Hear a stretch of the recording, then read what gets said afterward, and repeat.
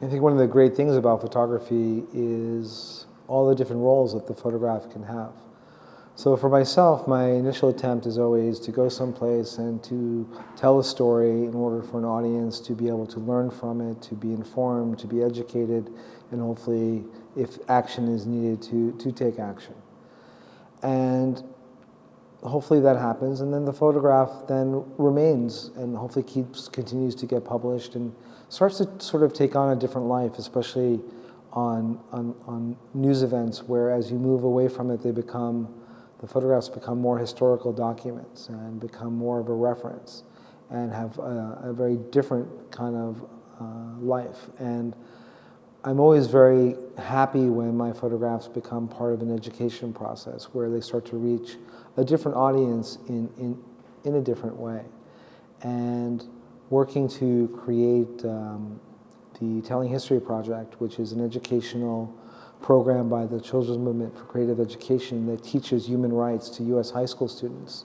The photography plays a really important role in that curriculum, where dealing with the three genocides, certainly of my career, of Bosnia, Rwanda, and Darfur, by showing the students work, one that's in color and work that's from today, has a very different effect on the students than when they learn about the genocide in Cambodia, or even more the genocide and the Holocaust in World War II, which seems like very, very long ago and is not really relatable often to students of that age. But by looking at current work and things that are in some cases still going on while they're in school, it's quite amazing to see the effect that the photography can have on the students and how they engage in a very different way. One of the things that I was most impressed with was when I went in to speak with my exhibitions as part of the Telling History Project, and we went into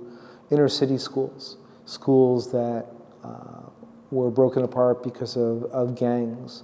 And when explaining to them the story of the former Yugoslavia or Darfur or Rwanda, they really actually understood it in a very special and very quick way, because it really mirrored their own lives. Obviously, nowhere near the extent of violence, but they understood the idea of the other. They understood what happens how quickly you can go from name calling to beating somebody up to killing somebody just because they're different than you. And it was really fascinating to see that reaction by students who normally you would think like, oh, all they care about is what goes on their own block, and they're never going to care about what's happening across the other world.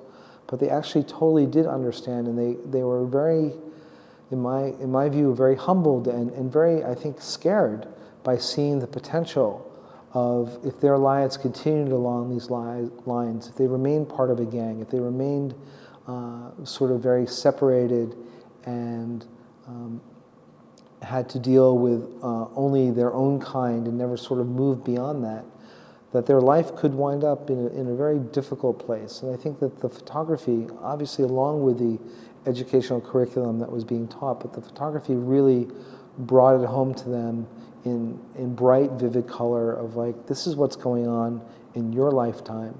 This is not some historical, long time ago, black and white, grainy picture. This is something that if you're not careful, your world is going to fall apart just like these people's world fell apart.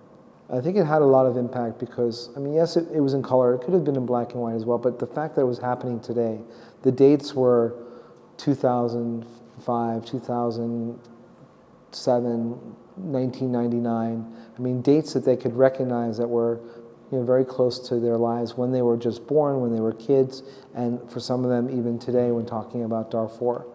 And so that impact, to understand that this is going on around them, maybe a 5-hour flight, 10-hour flight away, I think that was very, very moving to them. And I'm hoping that it had a very positive reaction on their lives, that maybe it made them think a little bit differently, like maybe there's no real need for Bloods and Crips here, or Latin Kings there, or even in some places it wasn't even as formal gangs, but there were divisions within the school, and this course is being taught to high school students in their junior and senior year.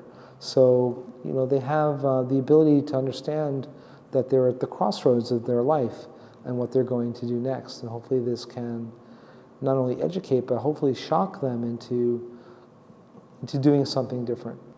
It's absolutely a good conversation starter. And there's a lot more obviously to talk about. It's a wake-up call to them, and I hope that they, the kids in New York City or other places where this curriculum is, they can learn from the suffering of the kids in Sarajevo, or the kids in Kosovo, or the kids in different places in Darfur.